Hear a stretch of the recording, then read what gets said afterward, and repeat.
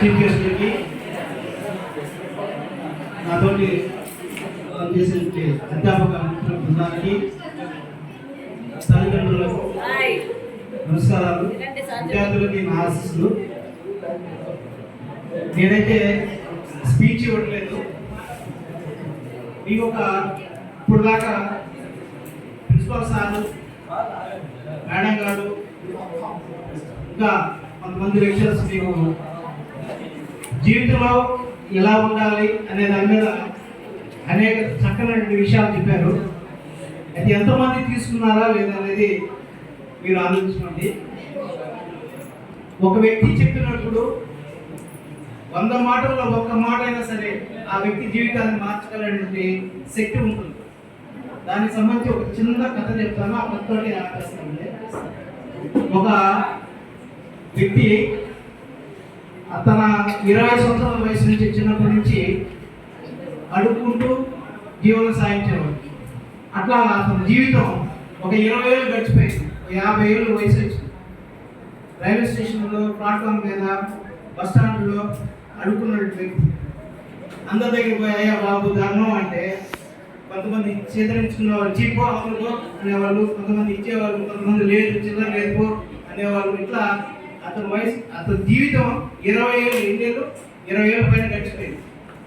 ఒకసారి రైల్వే స్టేషన్లో ఒక ట్రైన్లో ఒక వ్యక్తి దగ్గరికి వెళ్ళి అయ్యా బాబు ధర్మం అంటే అతను ఏమన్నాడంటే, ఒక వ్యాపారవేత్త అతను కూర్చున్న వ్యక్తి, నాకేంటి లాభం అయ్యా, రూపాయి అని అడిగితే రూపాయి ఇవ్వకపోగా నాకేంటి లాభం అన్నాడు. అయ్యా నేను ధర్మం అడుగుతున్నాను అయ్యా అంటే నాకే అయ్యింది కాదు, నాకేంటి లాభం, నీకు రూపాయి ఇస్తే నాకు లాభం ఆలోచించాడు.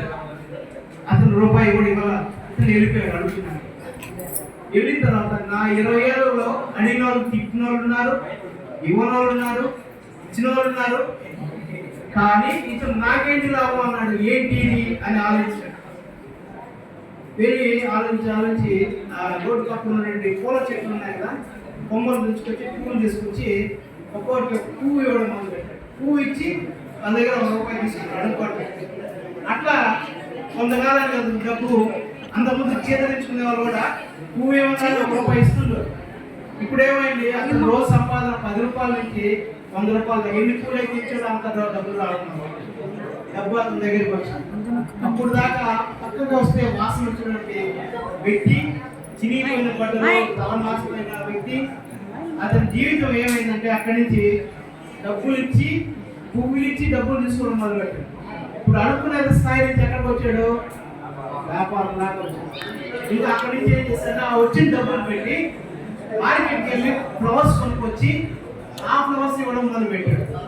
అట్లా కొంతకాలానికి ఒక పెద్ద షాప్ తీసుకొని హోల్సేల్ షాప్ పెట్టేసి వ్యాపారవేత్తగా అయ్యాడు. ఇంకా అతను వృత్తి పువ్వులు ఇస్తూ డబ్బులు తీసుకోవడమే.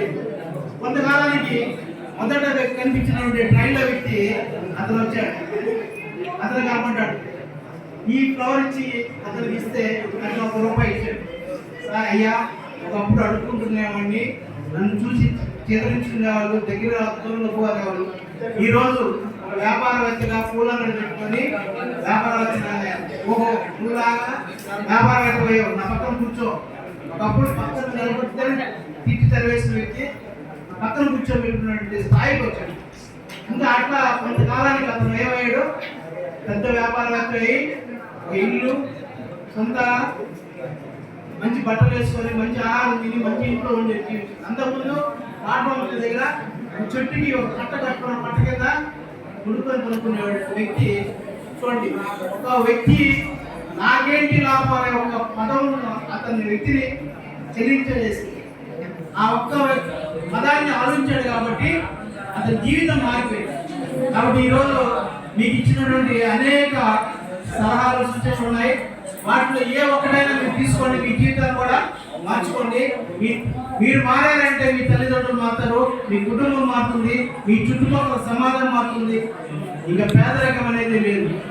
కాబట్టి ఇటువంటి ఇన్స్పిరేషన్స్ని మీరు ప్రతి ఒక్కరు కూడా తీసుకోండి. సినిమా చూసాము, సీరియల్ చూసాము, దాంట్లో చూడండి కాదు మనకు కావాల్సింది, దాంట్లో ఏదో ఒక సమాచారం ఉంటుంది. ఆ సమాచారం తీసుకుంటే చేసుకుంటే మీ జీవితం బాగుంటుంది.